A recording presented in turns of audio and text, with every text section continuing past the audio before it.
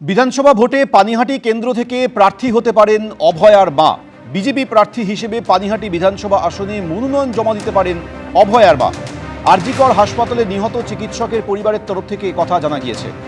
নিহত চিকিৎসকের বাবা মায়ের সঙ্গে কয়েকদিন আগে দেখা করে গিয়েছেন অর্জুন সিং। আজ বিকেলের মধ্যে বিজেপির তরফ থেকে দ্বিতীয় প্রার্থী তালিকা প্রকাশিত হতে পারে। বিধানসভা ভোটে পানিহাটি কেন্দ্র থেকে প্রার্থী হতে পারেন অভয়ার মা। বিজেপি প্রার্থী হিসেবে পানিহাটি বিধানসভা আসনে মনোনয়ন জমা দিতে পারেন তিনি। আরজিকর হাসপাতালে নিহত চিকিৎসকের পরিবারের তরফ থেকে কথা জানা গেছে। নিহত চিকিৎসকের বাবা মায়ের সঙ্গে কয়েকদিন আগেই দেখা করে গিয়েছেন অর্জুন সিং। আজ বিকেলের মধ্যেই বিজেপির তরফ থেকে দ্বিতীয় প্রার্থী তালিকা প্রকাশ করা হতে পারে। তারই মধ্যে জানা যাচ্ছে বিধানসভা ভোটে এবার পানিহাটি কেন্দ্র থেকে প্রার্থী হতে পারেন অভয়ার মা।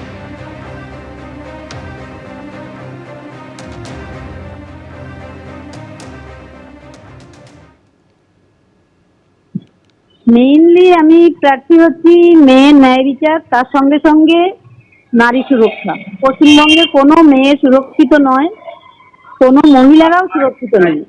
এবং তাদের এই যে তৃণমূল যে রাজ্যটাকে চালাচ্ছে তার প্রতি দপ্তরে দপ্তরে চোর, দুর্নীতিবাজ। আমি এটার প্রতিবাদ করার জন্যই বিজেপিতে যোগ দিতে চাই। তরফ থেকে প্রস্তাব অনেক আগেই দেওয়া হয়েছিল, কিন্তু আমি সেটা মেন্টালি প্রিপেয়ার ছিলাম না। কিন্তু কালকে আমি দেখলাম যে আমার মেয়েকে নিয়ে যে রাজনীতি তৈরি হয়েছে, এটা আমি না দাঁড়ালে এটা আমি শান্ত করতে পারবো না। তাই আমি ডিসিশন বদল করেছি। প্রার্থী আমি নিজেই হয়েছি। মানে দলের তরফ থেকে কোনো প্রস্তাব দেওয়া হয়েছিল আপনাকে প্রার্থী হওয়ার জন্য? অনেক আগে দেওয়া হয়েছিল, তখন আমি রাজি ছিলাম না। এখন আমি নিজেই বলেছি আমি এই তৃণমূল দলটাকে নিপাত করতে চাই। কারণ স্বাস্থ্যমন্ত্রী যিনি আমার মেয়ের সুরক্ষা দিতে পারতেন কিন্তু দেননি, তারপরেও তিনি তদন্তটা সমস্ত ধামাচাপা দিয়ে অপরাধীদের বাঁচিয়ে দিয়েছেন। তাই আমার মেয়ের মৃত্যুর জন্য স্বাস্থ্যমন্ত্রী দায়ী, এটা আমি প্রথম থেকে বলে আসছি এবং এখনো তাদেরই নিপাত করতে চাই আমি। সরাসরি শোনাবো ভবানীপুরে প্রচারে এসে বিরোধী দলনেতা কি বলছেন।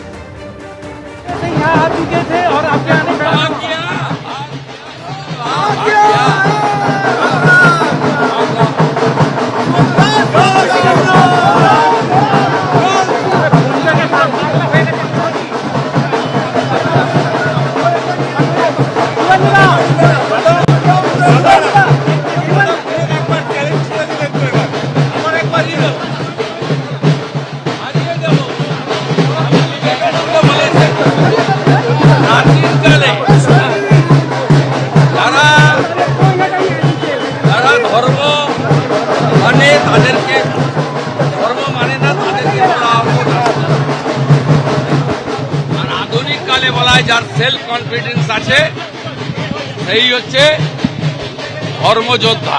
আমার সেলফ কনফিডেন্স আছে, আমি স্বামীজির মন্ত্র নিয়ে চোরইবতী চোরইবতী বলে মমতা ব্যানার্জিকে এখানে হারাবো। আমি স্বাধীনতা সংগ্রামীর পরিবারের সদস্য, আমার দীর্ঘ রাজনৈতিক 33-34 বছরের অভিজ্ঞতা। আমি জনগণের সঙ্গে থাকি, মানুষ পরিবর্তন করবে। নরেন্দ্র মোদীজির আশীর্বাদ ধন্য বিজেপির প্রার্থী আমাকে জেতাবে। আজ আপনি হাইকোর্টের দ্বারস্থ হয়েছেন, আপনার বিরুদ্ধে কতগুলো মামলা আছে জানার জন্য। এবার কি পুলিশ এটাও আটকাচ্ছে? পুলিশ কি সেখানেও? না, এটা আমাকে নমিনেশনের সঙ্গে দিতে হবে। কতটা প্রকাশ্যে কত গোপনে করে রেখেছে এটা ফর্মালিটি। ডিজি সাহেবকে চিঠি দিয়েছি, আমার কোর্টে মুভ হয়েছে, হাইকোর্ট বলবে দিতে, আমি নিয়ে নিব। আমার হলফনামার সঙ্গে দিতে হবে নন্দীগ্রামে এবং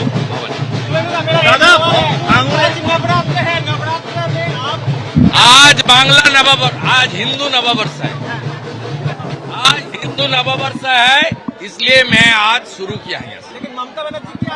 मैं भारतीय हूँ, मैं हिंदू। ভাঙড়ে একজনের মৃত্যু হয়েছে বোমা বিস্ফোরণে, ভোট শুরু হতেই বোমা বিস্ফোরণ। কম্পিটেন্ট ডিজি এডিজি এলো আছে, তারা দেখে নেবে, আমাদের বিশ্বাস তারা দেখে নেবে। শুভেন্দু অধিকারী তিনি এসে পৌঁছলেন ভবানীপুরের বিধানসভা যে কেন্দ্রে বিজেপি অফিস রয়েছে, সেখানে বরণ করে ঢোকানো হচ্ছে বিজেপি প্রার্থী শুভেন্দু অধিকারীকে। রাজ্যের বিরোধী দলনেতা ভবানীপুরে তিনি প্রার্থী হয়েছেন বিজেপি দপ্তরে বরণ জ্বালা নিয়ে বরণ করে ভিতরে নিয়ে যাওয়া হচ্ছে বিজেপি প্রার্থী শুভেন্দু অধিকারীকে।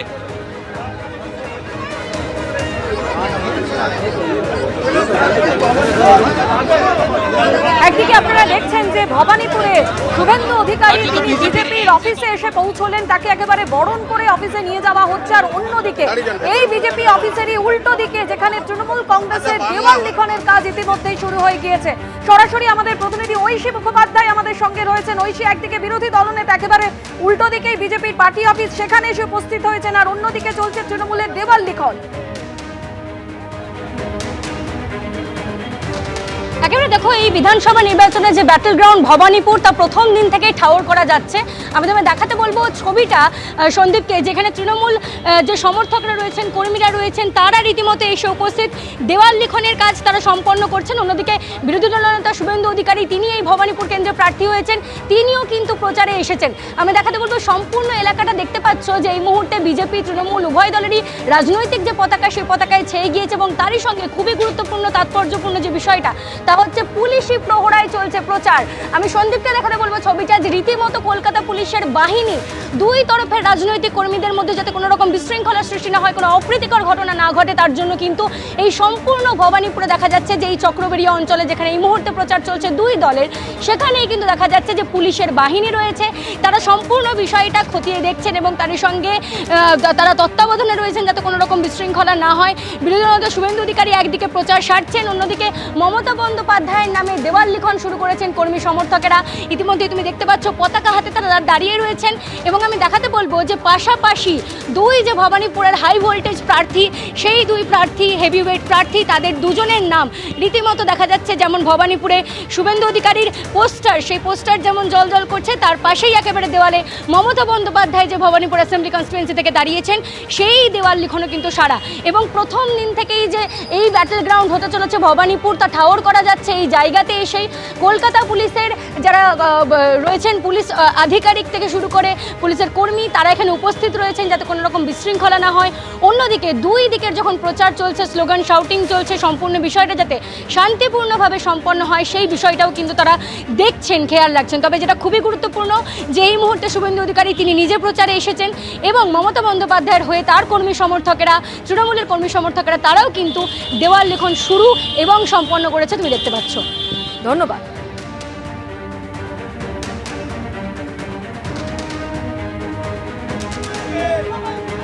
এবিপি আনন্দ, এগিয়ে থাকে, এগিয়ে রাখে।